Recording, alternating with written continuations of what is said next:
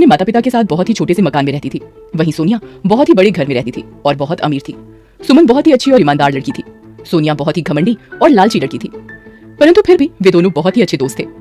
वे दोनों साथ में ही स्कूल जाते और साथ में ही घर आते। स्कूल से आने के बाद दोनों रोज शाम को पार्क घूमने जाते थे। फिर एक दिन सुमन सोनिया से कहती है, तुम्हें पता है हमारे गांव के बाहर वाले जंगल में कोई गुफा है और मैंने सुना है जो कोई भी उस गुफा में जाता है वो वापस लौटकर नहीं आता। ये सब कहने की बातें हैं, ऐसा कुछ भी नहीं है। चलो हम आज ही उस गुफा के पास घूमने जाते हैं। अच्छा तुम कहती हो तो चलते हैं। फिर अगले दिन सुबह सुबह सोनिया और सुमन उस गुफा की ओर घूमने चल पड़ते हैं। थोड़ी दूर चलने के बाद उन्हें दो जादुई गुफाएं नजर आती हैं।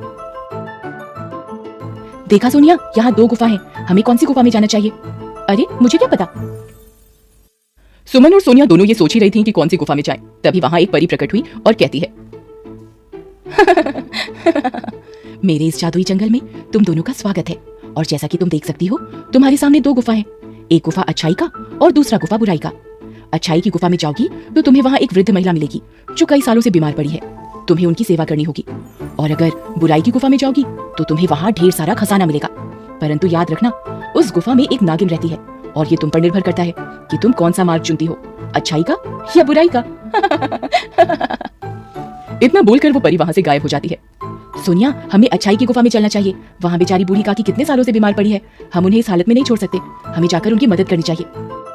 हाँ, तुम ही जाओ अच्छाई की गुफा में, मैं तो बुराई की गुफा में जाऊंगी। सुना नहीं तुमने वो परी क्या कह रही थी कि बुराई की गुफा में हमें ढेर सारा खजाना मिल सकता है जो हमें माला माल कर सकता है। मेरी बात मानो, तुम भी मेरे साथ बुराई की गुफा में चलो। नहीं सोनिया, मैंने बचपन से ही सीखा है कि हमें हमेशा अच्छाई के रास्ते पर ही चलना चाहिए। पैसों का क्या है, पैसे तो आज हैं और कल नहीं, परंतु हमारी अच्छाई हमेशा हमारे साथ रहती है। तुम्हें तो कुछ कहना ही बेकार है। मैं तो चली अपनी बुराई वाली गुफा में, तुम भी जाओ अपनी अच्छाई की गुफा में। इतना कहकर सोनिया बुराई की गुफा में चली जाती है और सुमन अच्छाई की।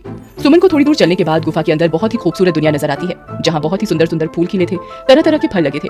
सुमन को बहुत भूख लगी थी तो वो पेड़ से फल तोड़कर खाने लगी। वाह, कितने स्वादिष्ट फल हैं। तभी सुमन को वहां एक कुटिया नजर आती है जिसमें से खांसने की आवाज आती है। सुमन उस कुटी के पास जाती है और कहती है, मैं आ गई हूँ आपकी देखभाल करने, अब आप जल्दी ठीक हो जाएंगी। सुमन सच्चे मन से उस अम्मा की देखभाल में लग जाती है। दिन रात उनकी सेवा करती है। सुमन रोज कुटिया की सफाई करती है, झाड़ू लगाती है, पशु पक्षी को खाना खिलाती है और बहुत ही अच्छे से अम्मा का ख्याल रखती है। वहीं दूसरी तरफ सोनिया की बुराई की गुफा के अंदर जाते ही उसे बहुत ही अजीब और डरावनी दुनिया नजर आती है। उसे बहुत ही डरावनी आवाजें सुनाई देती है। सोनिया खजाने के लालच में आगे बढ़ती रहती है। सुबह से शाम हो जाती है। सोनिया को भूख भी बहुत लग रही होती है। उस परी ने कहा था कि यहाँ खजाना है, पर मुझे दूर दूर तक कोई खजाना नजर नहीं आ रहा और भूख से मेरी जान जा रही है। फिर थोड़ी और आगे चलने पर सोनिया को कुछ चमकती हुई चीज दिखाई देती है। अरे वाह, मिल गया खजाना। मैं जल्दी से उस खजाने के पास जाती हूँ और सारा खजाना ले लेती हूँ, फिर मैं और अमीर बन जाऊंगी। ये सोचकर सोनिया खजाना लेने आगे बढ़ती है। अरे वाह, इतना सारा खजाना।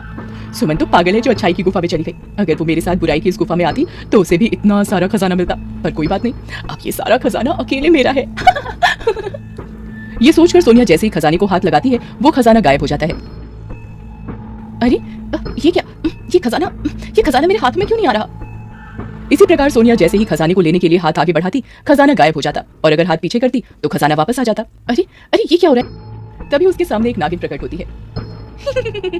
लालची लड़की, अब तेरा लालच ही तुझे ले डूबेगा। अब तू यहाँ से जिंदा बचकर नहीं जाएगी और मेरा भोजन बनने के लिए तैयार हो जा। मैं कई सालों से भूखी हूँ और आज जी भर कर तुझे खाऊंगी। नहीं नहीं, मुझे छोड़ दो, मुझे जाने दो, मुझे कोई खजाना नहीं चाहिए, कृपया मुझे छोड़ दो। परंतु नागिन सोनिया को वहीं डस लेती है और सोनिया चूहे में बदल जाती है। जो भी बुराई की गुफा में आएगा उसका यही हाल होगा। दूसरी तरफ सुमन सच्चे दिल से उस अम्मा की देखभाल में लगी हुई थी। अम्मा, ये काढ़ा पी लो, इससे आप बहुत जल्दी ठीक हो जाएंगी। बेटी, तुम बहुत ही अच्छी और नेक लड़की हो। इतना बोलकर वो बूढ़ी अम्मा एक परी में बदल जाती है। सुमन, मैं तुम्हारी परीक्षा ले रही थी और तुम उस परीक्षा में खरी उतरी हो। मैं तुम्हारी श्रद्धा भाव से बहुत प्रसन्न हुई और इसीलिए मैं तुम्हें कुछ देना चाहती हूँ। फिर परी सुमन को बहुत सारा खजाना देती है। सुमन परी का धन्यवाद देकर वो खजाना लेकर गुफा से बाहर आ जाती है। गुफा से बाहर आने पर उसे पता चला कि उसकी सहेली सोनिया को नागिन ने डस लिया है और वो वहीं गुफा के अंदर चूहा बन गई है। इस बात का सुमन को बहुत अफसोस होता है। काश सोनिया, तुम मेरे साथ अच्छाई के रास्ते पर चली होती तो आज मेरे साथ होती। तभी वहां सोनिया चूहे के रूप में आती है और कहती है, सुमन, तुम बिल्कुल सही कह रही हो। खजाने के लालच ने मुझे अंधा कर दिया था, जिस कारण मैं बुराई की गुफा में जाने के लिए मजबूर हो गई। परंतु तुमने लालच नहीं किया और अच्छाई का मार्ग चुना, जिस कारण तुम्हें खजाना लेने की इच्छा न होने पर भी इतना सारा खजाना मिला। काश मैं भी तुम्हारे साथ अच्छाई की गुफा में गई होती, पर अफसोस मेरा लालच ही मुझे ले डूबा। इतना कहते ही परी वहां पर आती है और सुमन से कहती है, तुम्हारी बातें सुनकर लग रहा है कि तुम्हें अपने किए पर पछतावा है। और ऐसा कहते ही परी सोनिया को वापस इंसान में बदल देती है। दोनों सहेलियां परी का धन्यवाद करती हैं और वादा करती हैं कि ये शिक्षा हम आगे भी सभी दोस्तों को देंगे।